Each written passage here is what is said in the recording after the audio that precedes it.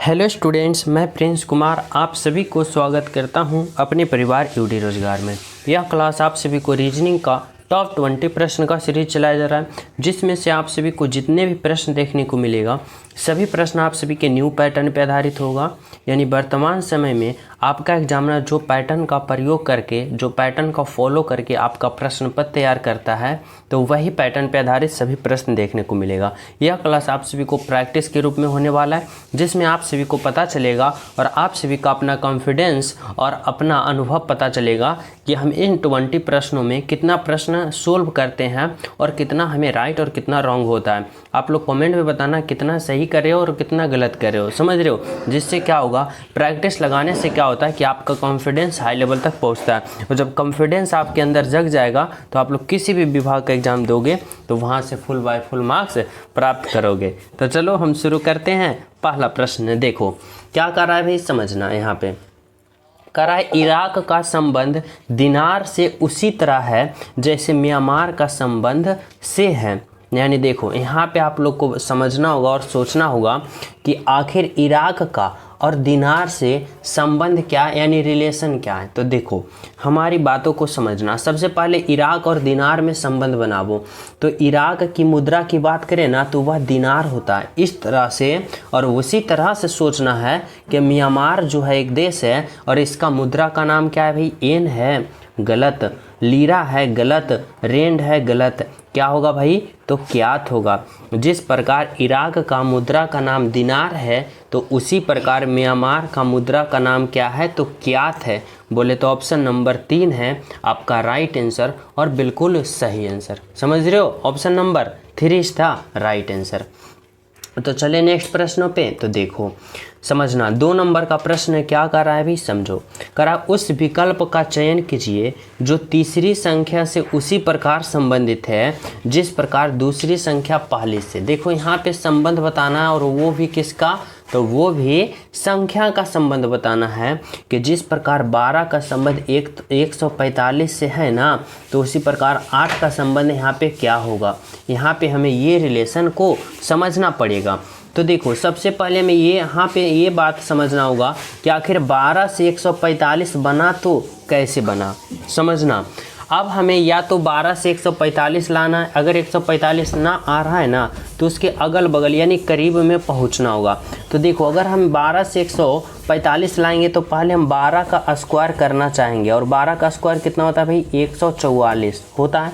लेकिन हमें चाहिए 145, इसके लिए क्या करेंगे, प्लस का 1 करेंगे। अब देखो क्या आया, तो 145 यहाँ पे है, बोलोगे जी है।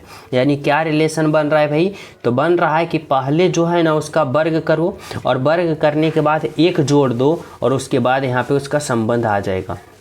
अब उसी प्रकार इस 8 में हम क्या करेंगे, उसी प्रकार से करेंगे। इस 8 का हम क्या करेंगे, तो इस 8 का हम वर्ग करेंगे, और 8 का वर्ग कितना होता है भाई, तो 64 होता है। और इसमें क्या करना है, तो प्लस का 1 अपने मन से करना, और 64 प्लस का ये कितना होगा भाई, तो 65 यानी 65। अब 65 कहाँ दिख रहा है, तो देखो 65 यहाँ पे दिख रहा है 65, जो कि कौन सा ऑप्शन में है, तो ऑप्शन नंबर 3 में है। यानी आपका राइट आंसर जो होगा वह होगा ऑप्शन नंबर 3, बिल्कुल सही, बिल्कुल सत्य। ठीक है, तो चले नेक्स्ट प्रश्न पे। तो देखो समझना, 3 नंबर का प्रश्न क्या है भाई, 3 नंबर का प्रश्न में आप सभी से पूछा जा रहा है कि उस समुच्चय का चयन कीजिए जिसमें संख्याएं उसी तरह आपस में संबंधित है जिस प्रकार संख्या नीचे दिए गए समुच्चय में आपस में संबंधित है। यानी बताना होगा कि 3 है, 16 है, 5 है, यानी इन तीनों में कौन सा जो रिलेशन लगा है वही कौन सा ऑप्शन है जो वही वाला रिलेशन यहाँ पे इन वाले ऑप्शन में लगा हुआ है, वैसे ऑप्शन का चयन करना है। तो इससे पहले हमें ये समझना होगा कि आखिर इसमें जो रिलेशन लगा है वह कौन सा लॉजिक लगा है, समझ रहे हो ना। तो देखो समझना, यहाँ पे क्या है भाई, तो यहाँ पे 3 है, 16 है, 5 है। अब 3, 16, 5 में यहाँ पे संबंध देखो कि किस प्रकार से है। तो समझना, अगर जब भी ऐसा प्रश्न आ जाए ना, तो हम पिछले क्लास में भी बता चुका हूँ कि क्या करना होता है, तो छोटे छोटे संख्या जो है ना उसको आपस में कैलकुलेशन करके ये बड़ा लाने की कोशिश करना बहुत ही कम समय में यहाँ पे रिलेशन पता चल जाएगा। जैसे देखो, अगर हम 3 और 5 से 16 लाने की कोशिश करते हैं तो 3 और 5 में हम क्या रिलेशन बना सकते हैं भाई? तो बोलोगे 3 और 5 में आप क्या करो, यहाँ पे पहले जोड़ दो। 3 और 5 को हम पहले जोड़ेंगे तो हमें प्राप्त होगा 8, लेकिन हमें चाहिए 16, तो इसमें क्या करना है, इस 8 में 2 को गुना करना है। देखो 16 हमें बीच वाले प्राप्त हो गया। तो समझ पा रहे हो, हम पहले क्या किए, तो पहले हम पहले संख्या और तीसरे संख्या को, यानी पहले और अंतिम वाले को जोड़ दिए और उसके बाद 2 गुना कर दिए, बीच वाला आ गया। और वही यहाँ पे देखना है कि कौन सा ऑप्शन यही रूल को फॉलो कर रहा है।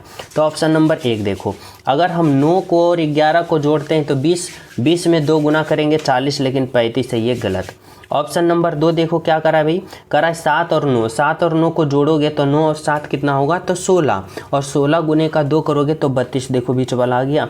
यानी रूल ऑप्शन नंबर 2 जो है फॉलो कर रहा है, यानी आपका राइट आंसर जो होगा ऑप्शन नंबर 2 होगा। देखो ये गलत, ये गलत, बिल्कुल और बिल्कुल राइट आंसर क्या होगा भाई, तो ऑप्शन नंबर 2 जो होगा आपका राइट आंसर होगा। ठीक है, तो चलिए नेक्स्ट प्रश्नों पे। तो देखो अगला प्रश्न क्या कर रहा, देखो नेक्स्ट प्रश्न क्या कर रहा भाई, नेक्स्ट प्रश्न समझना यहाँ पे करा है, 4 शब्द दिए गए हैं जिनमें से 3 किसी प्रकार से सामान्य है जबकि एक असंगत है, असंगत का चयन करें। यानी देखो यहाँ पे 4 ऑप्शन दे रखा है, जहाज है, ग्रह है, आकाशगंगा है, तारे हैं। अब आप लोग को यहाँ पे ये समझना होगा कि इन चारों ऑप्शन में से कौन सा 3 ऑप्शन एक समान है और एक जो है असंगत है, और वही असंगत का चयन आप लोग को करना है। तो कैसे करोगे, तो देखो समझना इस तरह से। अगर हम बात करें ग्रह का, तो ग्रह क्या है भाई, तो एक प्राकृतिक संसाधन है, यानी प्राकृतिक रूप है। तारे की बात करें तो यह भी प्राकृतिक है, और आकाशगंगा की बात करें तो यह भी प्राकृतिक है, यानी प्राकृतिक का देन है। लेकिन जब हम जहाज की बात करें ना, तो जहाज जो है मानव निर्मित है, यानी जहाज का आविष्कार, यानी जहाज का निर्माण मानव किया, इसलिए सबसे अलग जो होगा ऑप्शन नंबर यहाँ पे कौन होगा भाई, तो ऑप्शन नंबर 1 होगा, बिल्कुल सही और बिल्कुल सत्य आपका राइट आंसर। ठीक है, तो चले हम सब अगले प्रश्नों पे। तो देखो 6 नंबर का प्रश्न समझना क्या कर रहा है भाई, कर रहा है कि दिए गए विकल्पों में से वह शब्द चुनिए जो दिए गए शब्द के अक्षरों का प्रयोग करके नहीं बनाया जा सकता है। समझना भाई यहाँ पे क्या कर रहा है, कर रहा है नहीं बनाया जा सकता, यानी इतना का प्रयोग करके कौन सा ऑप्शन जो है नहीं बनेगा, ये आप लोग को पता करना होगा और समझना होगा। तो चलो हम शुरू करते हैं ऑप्शन 1 से। देखो यहाँ पे क्या है भाई, तो VOTE, देखो भी है, O है, T, देखो इसमें कहीं भी ओवरऑल टी का प्रयोग नहीं किया गया है, टी का प्रयोग ओवरऑल कहीं भी नहीं किया गया, लेकिन यहाँ पे टी है, इसलिए क्या होगा, तो ऑप्शन नंबर 1 जो होगा नहीं बनाया जा सकता है। और हमसे पूछा है भी वही कि जो नहीं बनाया जा सकता है ना उसी को चयन करो, यानी ऑप्शन नंबर 1 जो होगा हमारा राइट आंसर होगा। क्योंकि देखो ऑप्शन नंबर 2 भी बन रहा है, 3 भी बन रहा है, 4 भी बन रहा है, और जो नहीं बनेगा वह हमारा राइट आंसर होगा। आई मीन क्या होगा राइट आंसर, तो ऑप्शन नंबर 1 होगा आपका बिल्कुल और बिल्कुल सही और राइट आंसर। ठीक है, तो चलिए नेक्स्ट प्रश्न पे। तो देखो यहाँ पे समझना 6 नंबर का प्रश्न, देखो ये भी 6, ये भी 6, अच्छा पीछे एगो गलत हो गया था ना, 4 नंबर का क्वेश्चन नहीं था, इसलिए यहाँ पे आ गया। देखो क्या कर रहा है भाई, 6 नंबर का प्रश्न समझना क्या है, कर रहा है फल, आम, कमल। अब आप लोग को बताना है फल, आम और कमल में हम कौन सा ऑप्शन का चयन करें ना, ताकि इन तीनों का एक साथ क्या हो सके, तो एक साथ सही संबंध बता सके। ऐसे ऑप्शन को हमें क्या करना है, पता करना है और चयन करना है। तो समझो हमारी बातों को, देखो यहाँ पे क्या है भाई, फल है, आम है, कमल है। अगर मैं सबसे पहले यहाँ पे समझना फल के लिए एक गोला बनाता हूँ, फल के लिए एक गोला बना दिया। अब देखो ये आम जो है ना एक प्रकार का फल है, यानी फल के अंदर कौन आ जाएगा भाई, तो फल के अंदर ये आम आ जाएगा। ठीक है, अगर हम बात करें कमल का, तो कमल क्या है, तो कमल ना तो फल है ना तो आम है, यानी कमल क्या है, एक प्रकार का फूल है, यानी ये सबसे अलग है, तो अलग है इसलिए अलग गोला बनेगा। अब बताओ ऐसा कौन सा ऑप्शन है, तो ऐसा ऑप्शन देखो ऑप्शन नंबर 1 है, यानी आपका राइट आंसर जो होगा ऑप्शन नंबर 1 होगा, बिल्कुल सही, बिल्कुल सत्य आपका राइट आंसर। ठीक है, समझ पा रहे हो। तो चलिए हम सब नेक्स्ट प्रश्नों पे। तो देखो 7 नंबर का प्रश्न आप लोग समझना भाई क्या कर रहा है। करा प्रश्नवाचक चिन्ह के स्थान पर आ सकती है, यानी यहाँ पे बताना होगा आप लोग को कि इस वाट के जगह जो होगा आखिर वह क्या होगा। देखो यहाँ पे क्वेश्चन में ना थोड़ा सा एरर है, यहाँ पे आप लोग सुधार लेना। यहाँ इस 4 के जगह पे क्या है भी तो 1 है, ठीक है। अब बिल्कुल सही हो गया प्रश्न। अब देखो यहाँ पे बताना होगा करा प्रश्नवाचक, यानी इस वाट के जगह पे क्या होगा, यानी मिसिंग नंबर बताना होगा कि इस जगह क्या होगा। तो जब भी मिसिंग नंबर का प्रश्न आता है ना, तो आप लोग इस तरह से सोचना कि जिस प्रकार यहाँ पे 15 आया ना, जिस प्रकार यहाँ पे 18 आया ना, तो उसी प्रकार यहाँ पे भी हमारा राइट आंसर आएगा ना, बिल्कुल आएगा। तो पहले हमें क्या करना होता है, पहले हमें रिलेशन पहले यहाँ पे देखो क्या लग रहा है, फिर यहाँ पे देखो, उसके बाद यहाँ पे राइट आंसर निकालना है। तो देखो हमें यहाँ पे ये सोचना है कि 42, 14, 8, 48 से आपस में हम किस तरह यहाँ पे कैलकुलेशन करें ताकि हमें 18 प्राप्त हो जाए। अब 18 हमें लाने के लिए यहाँ पे किस प्रकार से सोचना पड़ेगा भाई, तो देखो हमें इस तरह से सोचना होगा कि आप लोग सोचो कि यहाँ पे 42 है, यहाँ पे 14 है। अगर हम 42 में 14 से भाग देते हैं तो हमें कितना प्राप्त होता है भाई, तो 14 तिया का 42, यानी हमें यहाँ पे 3 प्राप्त हो रहा है, ठीक है। अगर हम इस 48 में अगर हम 8 से भाग देते हैं तो हमें कितना प्राप्त होता है भाई, तो 6, यानी 8 6 का 48। अब देखना यहाँ पे समझना क्या लॉजिक लगा रखा है। यहाँ पे कितना आया भाई, तो 3 आया, यहाँ पे 6 आया, हमें लाना है 18। तो जब हमें 18 लाना है तो हमें यहाँ पे क्या करना हमें यहाँ पे क्या करना होगा, तो हमें इस 3 को इस 6 के साथ क्या करना है, गुना करना है। अगर हमें इस 3 को इस 6 के साथ गुना करते हैं तो 6 तिया का 18, देखो यहाँ पे 18 आया, बोलोगे जी 18 आया, ठीक है, बिल्कुल। अब वही लॉजिक देखना इसमें क्या फॉलो कर रहा है, तो यहाँ पे 45 में 9 से भाग दो तो कितना आएगा भाई, तो 9 5 का 45, ठीक है। अगर हम बात करें 63 में 21 से जब भाग देते हैं तो कितना आता है, तो 21 तिया का 63, यानी 3 आया। अब इस 5 और 3 को आपस में गुना करते हैं तो 5 तिया का 15, यहाँ पे 15 है, बोलोगे जी यहाँ पे 15, यानी जो रूल इसमें फॉलो कर रहा है जो इसमें भी फॉलो कर रहा है। अब यही रूल हमें इसमें फॉलो करके राइट आंसर को पता करना होगा। तो देखो कैसे करेंगे समझना। यहाँ पे क्या है भाई, 51 है। अब 17 से जब हम भाग देंगे 51 में तो कितना प्राप्त होगा, तो 17 तिया का 51, 3 प्राप्त होगा। अब उसी प्रकार यहाँ पे क्या है भाई, 56 है। जब हम 8 से 56 में हम 8 से भाग देंगे तो 8 सते 56, यानी 7 आया, कितना आया, 7 आया। अब हमें क्या करना है, तो ये समझना है कि इस 3 को इस 7 से गुना करना है, तो 3 गुने 7 21 आएगा, यानी इस वाट के जगह पे 21 आएगा, 21। और कौन सा ऑप्शन में है, तो ऑप्शन नंबर 1 में, यानी आपका राइट आंसर जो होगा वह क्या होगा, तो ऑप्शन नंबर 1 होगा, बिल्कुल सही और आपका राइट आंसर, ठीक है। तो चलिए हम सब अगले प्रश्नों पे। तो देखो अगला प्रश्न आप लोग समझना भाई क्या कर रहा है, 8 नंबर का प्रश्न कर रहा है, लुप्त संख्या ज्ञात करें, मिसिंग नंबर बताना होगा। यहाँ पे इस तरह से सोचना होगा कि इस वाट के जगह जो होगा आखिर क्या होगा।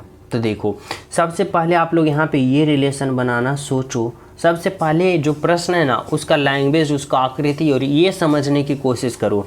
देखो हमें ये समझने में आ रहा है कि यहाँ पे 2 भाग किया गया, इस तरफ जो भाग है ना बड़ी बड़ी संख्या है और इस तरफ बात करें तो छोटे छोटे संख्या, इस तरह से भी आप लोग सोच सकते हो। तो देखो हम यहाँ पे रिलेशन इस तरह से लगा सकते हैं कि यहाँ पे 9 और 9 के सामने 81 है ना, यानी 9 का स्क्वायर किया है 81, समझना 9 के सामने वाले भाग। अगर हम बात करें इस 7 के सामने वाले भाग क्या है 49, यानी 7 का वर्ग किया है 49। 11 के सामने वाला भाग कौन है भाई 121, यानी 11 का स्क्वायर किया 121। जब हमें यहाँ पे इस लुप्त संख्या को प्राप्त करना है तो ये लुप्त संख्या किस अंक के सामने है, तो 13 के, यानी 13 का हमें वर्ग करना है। और 13 का वर्ग सभी विद्यार्थी को पता होता है, कितना होता है भाई 13 का वर्ग, तो 169, यानी 169। अब 169 जो है देखो कौन सा ऑप्शन में है, तो ऑप्शन नंबर 3 में है, यानी आपका राइट आंसर क्या होगा, तो ऑप्शन नंबर 3 होगा और बिल्कुल सही होगा, ठीक है। और सभी विद्यार्थी क्लास को लाइक कर देना, जो अभी तक क्लास को लाइक नहीं किए, और ज़्यादा से ज़्यादा शेयर करना। जो न्यू हो चैनल सब्सक्राइब करके बेल आइकन प्रेस कर देना, ताकि सभी क्लास का नोटिफिकेशन और अपडेट आप सभी के पास टाइम टू टाइम मिलता रहे। समझ रहे हो? चलो भाई देखो अगला प्रश्न क्या कर रहा है समझना। यहाँ पे 9 नंबर का प्रश्न, 9 नंबर का प्रश्न में कर रहा है रिक्त स्थान को पूर्ति करें, यानी रिक्त स्थान को करें। अब देखो यहाँ पे अल्फ़ाबेट से दे रखा है, हमें रिक्त स्थान को भरना है। और जब भी ऐसा प्रश्न सीरीज वाले अल्फ़ाबेट से आ जाए ना, आप लोग क्या करना, सबसे पहले अल्फ़ाबेट को काउंट करना। देखो यहाँ पे पहले कितना अल्फ़ाबेट है, जो देखो 1 2, और यहाँ पे जो खाली है ना इसको भी काउंट करना है, क्योंकि यहाँ पे भी जो आएगा वो अल्फ़ाबेट ही आएगा, इसलिए काउंट करना है। तो 1 2 3 4 5 6 7 8 9 10 11 12, यानी टोटल अल्फ़ाबेट की बात करें ना तो यहाँ पे कितना आया, तो 12 आया। अब इस 12 को इस प्रकार गुणनखंड में करो कि जो कि किस प्रकार से होता है, तो समझो। अगर 12 को आप लोग गुणनखंड करना चाहते हो तो क्या करते हो, 4 गुने का 3 या फिर 6 गुने का 2 या फिर 2 गुने का 6, कुछ भी कर सकते हो। अब बताओ कि इसके सिवा और कोई प्रकार है इसको गुणनखंड करने का, या तो फिर 1 गुने का 12 कर सकते हो। समझ सकते हो ना? यानी हमारे कहने का मतलब हुआ ना कि आप लोग ऐसा गुणनखंड को चयन करो जिसमें आप लोग यहाँ पे जैसे 4 के आप लोग छोटे छोटे खंड बनावो, या 2 का छोटे छोटे खंड बनावो, या तो 3 का छोटे छोटे खंड बनावो, या तो 6 का छोटे छोटे खंड बनावो। तो देखो आप लोग यहाँ पे क्या कर सकते हो ना, इस तरह से सोचना कि हम ना ज़्यादा बड़ा ले सकते हैं और ना छोटा ले सकते हैं, यानी मिनिमम में। जैसे कि अगर हम 4 का छोटे छोटे खंड बनाते हैं तो देखो 2 अल्फ़ाबेट 2, यानी 2 2 4, यानी यहाँ से होगा, फिर 2 और 2 4 यहाँ से होगा, और 2 और 2 4, यानी 4 4 के छोटे छोटे खंड बना दिया। अब देखो यहाँ पे क्या करना है, आप लोग को रिलेशन बनाना, यानी संबंध बताना है। तो देखो इस तरह से सोचो कि यहाँ भी 4 खंड है, यहाँ भी 4 खंड है, यहाँ भी 4 खंड है। अब आप लोग को यहाँ पे ये संबंध सोचना है, ये संबंध समझना है कि देखो हमें यहाँ पे प्राप्त है क्या भाई, तो पहला दूसरा तीसरा, हमें क्या करना है, तो तीसरा अल्फ़ाबेट को पता करना है। आप लोग यहाँ पे ये सोचो कि कौन सा भाग में तीसरा में भरा हुआ है। तो देखो इसमें पहला दूसरा तीसरा में भी भरा है, इसमें पहला दूसरा तीसरा में भी भरा है, यानी यहाँ भी 3 नंबर पे बी है, 3 नंबर पे बी है। तो इस तरह से समझना। तो यहाँ भी हम क्या करेंगे, तो 3 नंबर पर हम बी ही भरेंगे, समझना।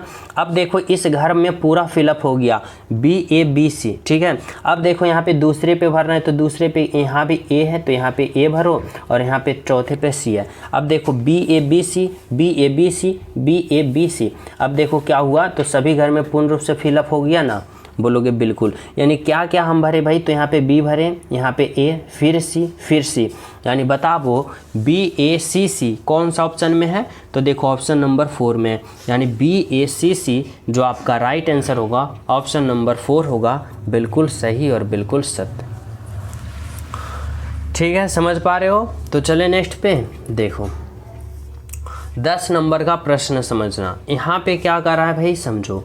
यहाँ पे आप सभी से पूछा जा रहा है कि उस विकल्प का चयन कीजिए जो निम्नलिखित शब्दों का तार्किक और आर्थिक कर्म अर्थपूर्ण कर्म में प्रदर्शित करता है। यानी बताना होगा यहाँ पे कि सबसे पहले कौन होगा भाई, उसके बाद और फाइनल अंत में कौन होगा, यानी तार्किक रूप में और अर्थपूर्ण कर्म में। समझना इस तरह से क्या क्या दे रखा है भाई, तो यहाँ पे बादल है, आश्रय है, मानसून है, वर्षा है, बाढ़ है और राहत है। अब आप लोग को बताना होगा और समझना होगा कि यहाँ पे सबसे पहले जो होगा वह कौन सा ऑप्शन होगा। तो देखो हम सबसे पहले की बात करते हैं तो क्या होगा भाई, तो सबसे पहले यहाँ पे मानसून होगा, यानी पहले मानसून आएगा। मानसून आने के बाद क्या होता है भाई, तो बादल बनता है, यानी 1 होगा। बादल बनने के बाद क्या होता है भाई, तो बादल बनने के बाद वर्षा होता है, यानी 4 नंबर। वर्षा के बाद क्या होता है भाई, तो बाढ़ आता है, यानी 5 नंबर। बाढ़ आने के बाद फिर क्या हो जाता है भाई, तो बाढ़ आने के बाद फिर क्या होता है, तो उसे आसरा दिया जाता है। जो जैसे बाढ़ में दह जाता है, ख़त्म हो जाता है, उस व्यक्ति को, उस परिवार को क्या दिया जाता है, आसरा दिया जाता है, यानी 2 नंबर। और आसरा देने के बाद उसे क्या प्राप्त होता है, तो राहत प्राप्त होता है, यानी 6 नंबर। अब देखो यहाँ पे कौन सा ऑप्शन फॉलो कर रहा है भाई, तो 3 1 4 5 2 6, 3 1 4 5 2 6, देखो ऑप्शन नंबर 2, यानी आपका राइट आंसर जो होगा ऑप्शन नंबर 2 होगा, बिल्कुल सही है और बिल्कुल सत्य। ठीक है, तो चलिए नेक्स्ट पे समझना। 11 नंबर का प्रश्न देखो, बहुत ही लाजवाब और बहुत ही इंपॉर्टेंट प्रश्न है। यहाँ पे आप सभी को काउंट करना है ट्रायंगल को, यानी काउंट ऑफ ट्रायंगल। दिए गए आकृति में कितने त्रिभुज है ये आप लोग को गिनना है। देखो सबसे पहले आप लोग क्या करो, तो ऐसे आकृति वाले प्रश्न में हम क्या करते हैं, पहले छोटे छोटे त्रिभुज को काउंट करते हैं। जैसे समझना, अगर हम बात करें यहाँ पे, तो देखो यहाँ पे एक त्रिभुज बन रहा है सबसे छोटा, इससे एक बड़ा बनेगा तो यहाँ पे एक त्रिभुज और, यानी दो त्रिभुज यहाँ पे हो गया, 2 त्रिभुज।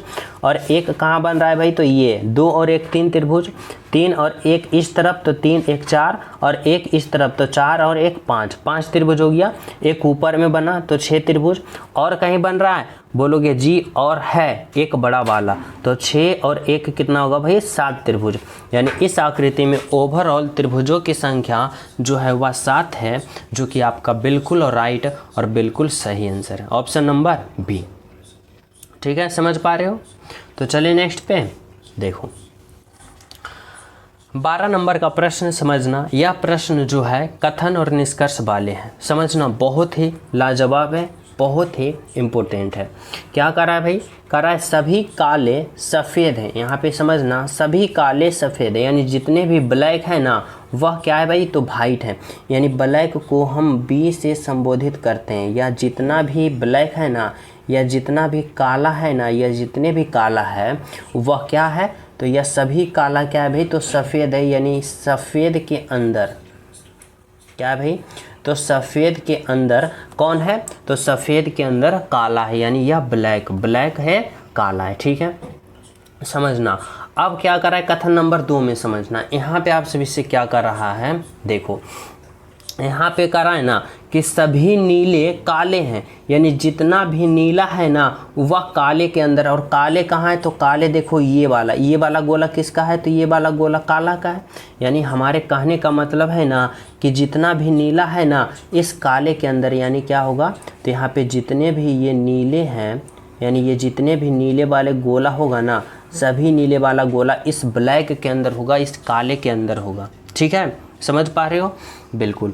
अब आप लोग आ जाओ निष्कर्ष पे। निष्कर्ष नंबर 1 क्या कर रहा है, देखो निष्कर्ष नंबर 1 कर रहा है कुछ सफ़ेद नीले हैं। सफ़ेद कहाँ है भाई, तो ये, यानी बड़ा वाला, ये बड़ा वाला गोला किसका है, तो सफ़ेद का। नीला का कहाँ है, ये नीला वाला, यानी सफ़ेद के अंदर कौन है, नीला। और यहाँ पे निष्कर्ष कर रहा है कुछ सफ़ेद नीला हो सकता है, तो कुछ सफ़ेद जो होगा ना नीला बिल्कुल हो सकता है और बिल्कुल हो सकता है, यानी निष्कर्ष नंबर 1 सही है।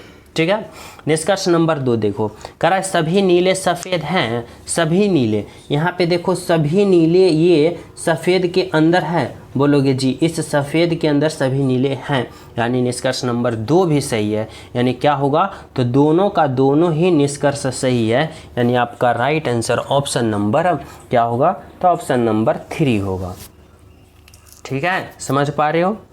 तो चलिए नेक्स्ट पे देखो, 13 नंबर का प्रश्न समझना क्या कर रहा है। 13 नंबर का प्रश्न जो है वह कोडिंग डिकोडिंग से करा। एक विशिष्ट कोड भाषा में FUMES यानी इतना को इतना लिखा जाता है तथा इतना को इतना लिखा जाता है, तो इस कोड भाषा में CARLO को किस प्रकार लिखा जाएगा, ये आप लोग को बताना होगा। कैसे समझोगे, तो देखो यहाँ पे क्या किया है ना, सिंपल सा लॉजिक फॉलो किया, बस आप लोग समझना। देखो एग्जाम में कैसे आप लोग को सोल्व करना है, अगर ऐसे प्रश्न आ जाए तो आप लोग को किस तरह से समझना है ताकि हमें कम समय में राइट आंसर आ जाए, तभी तो आप लोग आगे निकल पाओगे। तो कैसे करना है एग्जाम में, तो इस तरह से करना है। देखो यहाँ पे क्या कर रहा है भाई, तो FUMES को इतना कोड वर्ड लिखा है, तो इसको हमें पूरा डिटेल से यहाँ पे लिख के रिलेशन बनाने की ज़रूरत नहीं है। हम डायरेक्ट यहाँ पे क्वेश्चन पे ही हम यहाँ पे सोल्व कर सकते हैं, समझ सकते हो ना इस तरह से। जैसे देखो अगर हम बात करें F का अल्फ़ाबेट पोजीशन 6 होता है और यहाँ पे 6 है। U का अल्फ़ाबेट पोजीशन कितना होता है भाई, 21 होता है और यहाँ पे 21 है। एम का 13 होता है तो यहाँ पे 13 है, ई का 5 होता है तो यहाँ पे 5 है, एस का 19 होता है तो यहाँ पे 19 है। अब उसी प्रकार देखो इसमें भी है, एम का 13 होता है तो 13 लिखा, ओ का 15 तो 15, एन का 14 तो 14, टी का 20 तो 20 और ई का 5 तो यहाँ पे 5। यानी सभी का अल्फ़ाबेट पोजीशन ही लिखकर उसका कोड बना रहा है, तो इसका भी हम अल्फ़ाबेट पोजीशन लिख के ही इसका कोड हम नहीं बना सकते हैं, बना सकते हैं ना। तो देखो समझना, अगर हम बात करें सी का अल्फ़ाबेट पोजीशन 3 होता है, ए का 1 होता है, आर का कितना होता है भाई 18 होता है, एल का कितना होता है 12 होता है और ओ का कितना होता है 15 होता है। यानी 3 1 18 12 15, 3 1 18 12 15 ऑप्शन नंबर बोले तो 1 में ही है आपका राइट आंसर और बिल्कुल सही answer. Option number 1 is the right answer. ठीक है, समझ पा रहे हो? तो चले नेक्स्ट पे समझना। 14 नंबर का प्रश्न देखो क्या कर रहा है। यहाँ पे आप सभी से पूछा जा रहा है कि यदि किसी निश्चित कोड भाषा में घटाव को गुना, भाग को जोड़, जोड़ को भाग, गुना को घटाव प्रदर्शित करा जाता है तो इतना का मान क्या होगा। देखो समझना, हम किस प्रकार से करेंगे, जैसे हमें करा है ना वैसे वैसे करना है। यहाँ पे कितना है भाई 16 है, फिर देखो क्या है गुना, यहाँ पे देखो गुना का अर्थ घटाव है तो घटाव दो 20, फिर देखो क्या है भाग, भाग का है भाई भाग यहाँ है, अब भाग का अर्थ जोड़ है तो जोड़ दो यहाँ पे 15, फिर देखो घटाव, घटाव का अर्थ क्या है भाई गुना, तो यहाँ पे गुना दो 4, फिर देखो जोड़, जोड़ का अर्थ क्या है भाग, तो यहाँ पे भाग दो 2। अब क्या करो, तो इसका हल करो। कैसे करोगे, तो बोर्ड मास का प्रयोग करते हुए करोगे। तो देखो समझना, यहाँ पे हम सबसे पहले भाग का क्रिया करेंगे, यानी 16 होगा माइनस का 20 होगा प्लस का कितना होगा भाई 15 होगा। अब देखो यहाँ पे गुना होगा, अब जब हम 4 में 2 से भाग देंगे हमें कितना प्राप्त होगा, तो 2 प्राप्त होगा, यानी 2 होगा। अब देखो यहाँ पे कितना है 16 माइनस का 20 प्लस का 15 दूना का 30। अब देखो 30 और 16 को जोड़ो और 20 को घटा दो तो यहाँ पे कितना होगा, तो 30 में से 20 जाएगा 10 और 10 और 16 कितना होगा भाई 26, यानी 26 बोले तो ऑप्शन नंबर 4 है आपका राइट आंसर और बिल्कुल सही answer. Option number 4 is the right answer. ठीक है, समझ पा रहे हो? तो चले हम सब नेक्स्ट प्रश्नों पे। तो देखो अगला प्रश्न आप लोग समझना क्या कर रहा है भाई, तो 15 नंबर का प्रश्न देखो करा, एक व्यक्ति पूर्व दिशा में 10 किलोमीटर चलता है। यह प्रश्न डायरेक्शन वाले, और डायरेक्शन वाले में सभी विद्यार्थी को ये पॉइंट पता होना चाहिए। कौन सा भाई, तो ये ऊपर की ओर उत्तर, नीचे की ओर दक्षिण, इस तरफ की ओर क्या कहते हैं भाई, तो इस तरफ को पूरब और इस तरफ को क्या कहते हैं, तो पश्चिम। ठीक है, समझ पा रहे हो? चलो अब देखना आपका एग्जामिनर क्या पूछना चाहता है। कह रहा है एक व्यक्ति पूर्व दिशा में 10 किलोमीटर चलता है। अगर कोई व्यक्ति यहाँ पे है, मैं मान लिया, या पूर्व दिशा में कितना चला भाई, तो 10 किलोमीटर चला। ठीक है, कह रहा है फिर दाएं मुड़कर 5 किलोमीटर चलता है। दाएं मुड़कर कितना चलता है भाई, तो 5 किलोमीटर, यानी यहाँ से दाएं मुड़ेगा तो कहाँ आएगा, तो यहाँ से दाएं आएगा तो यहाँ, और कितना चलेगा, तो यहाँ पे दाएं मुड़कर 5 किलोमीटर चलता है। कितना भाई, तो 5 किलोमीटर चलता है। ठीक है, अब यहाँ पे क्या कर रहा है, 5 किलोमीटर चलता है, कह रहा है वहाँ से फिर बाएं मुड़कर 2 किलोमीटर चलता है। यहाँ से जब बाएं मुड़ेगा ना, यहाँ से जब बाएं मुड़ेगा, क्या कर रहा है भाई, तो यहाँ से फिर दाएं मुड़ा। ठीक है, दाएं मुड़ेगा, 1 मिनट यहाँ पे देखना।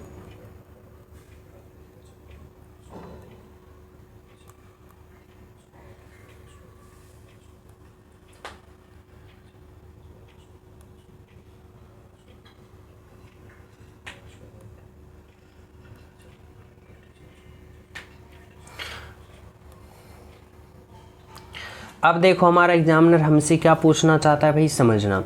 कह रहा है एक व्यक्ति पूर्व दिशा में 10 किलोमीटर चलता है। 10 किलोमीटर चलता है, यानी एक व्यक्ति यहाँ पे, ठीक है, मैं मान लिया। अब कह रहा है पूर्व दिशा की ओर कितना चल रहा है भाई, तो 10 किलोमीटर, यानी यहाँ पे कोई एक व्यक्ति है पूर्व दिशा की ओर, कहाँ चलेगा, तो इधर चलेगा। अब पूर्व दिशा की ओर कितना चला, तो 10 किलोमीटर, यानी यहाँ से 10 किलोमीटर चला। ठीक है, और पहुँच कहाँ गया, तो यहाँ पे पहुँच गया। बिल्कुल। अब करा है फिर दाएं मुड़कर 5 किलोमीटर चलता है। यहाँ से दाएं मुड़ा, कहाँ मुड़ा? दाएं की ओर। और कितना चला? तो 5 किलोमीटर। यानी दाएं मुड़ेगा तो कहाँ होगा भाई? यहाँ पे नीचे की ओर आएगा। और कितना चला? तो 5 किलोमीटर चला। यानी 5 किलोमीटर यहाँ चला और पहुँच गया यहाँ पे। ठीक है। करा फिर वह बाएं मुड़ता है और 2 किलोमीटर चलता है। यहाँ से कहाँ मुड़ता है? तो बाएं मुड़ता है। अब बाएं मुड़ेगा तो वह कहाँ चलेगा भाई? तो बाएं मुड़ेगा ना तो इधर चलेगा। और कितना चला?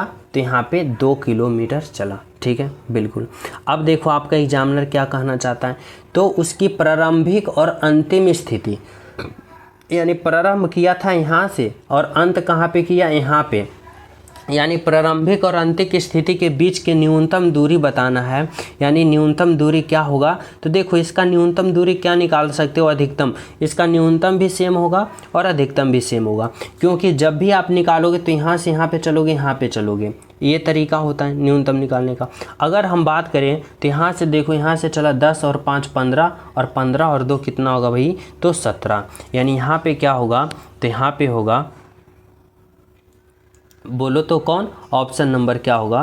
तो ऑप्शन नंबर यहाँ पे 3 होगा। यानी 17 किलोमीटर जो होगा आपका राइट आंसर होगा। क्या होगा? तो 17 किलोमीटर आपका राइट आंसर होगा। ठीक है, तो चले नेक्स्ट प्रश्न पे। तो देखो अगला प्रश्न क्या कर रहा है भाई? तो यहाँ पे समझना। देखो 16 नंबर का प्रश्न क्या कर रहा है भाई? समझना। करा है श्रृंखला को पूर्ण करें। यह प्रश्न जो है ना, यह प्रश्न सीरीज वाले हैं, यानी संख्या वाले हैं। अब हमें सीरीज वाले प्रश्न को हम किस प्रकार से सोल्व करते हैं समझना। यहाँ पे देखो इसका ऑर्डर क्या चल रहा है, यानी सीरीज क्या चल रहा है। तो देखो यहाँ पे क्या है? 9 है, फिर 9 है, फिर 18 है, 54 है, 216 है। तो अगले क्या होगा हमें ये पता करना है। तो देखो यहाँ पे आप लोग ये लॉजिक लगा सकते हो, इस तरीक़ा से समझ सकते हो कि अगर हम 9 से 9 प्राप्त करना चाहते हैं तो क्या करेंगे? तो जब 9 से 9 प्राप्त करना चाहते हैं ना तो गुना का बंद करेंगे। अगर 9 में गुना का बंद करोगे 9 ही प्राप्त होगा। बिल्कुल। अब 9 से हमें 18 लाना है तो क्या करना है? गुना का 2, 9 दूना का 18। 18 से 54 लाना है तो 18 तिया का 54, 18 तिया का 54। अब हमें 54 से 216 लाना है तो क्या करेंगे? 54 चौका 216, 4 चौका 16 और 5 चौका 20, 21। अब जब हमें जब अगले पद को पता करना है तो क्या करना होगा? सबसे पहले देखो सीरीज क्या चल रहा है। गुना का 1, गुना का 2, गुना का 3, गुना का 4। तो इस बार क्या होगा भाई? गुना का 5 होगा ना।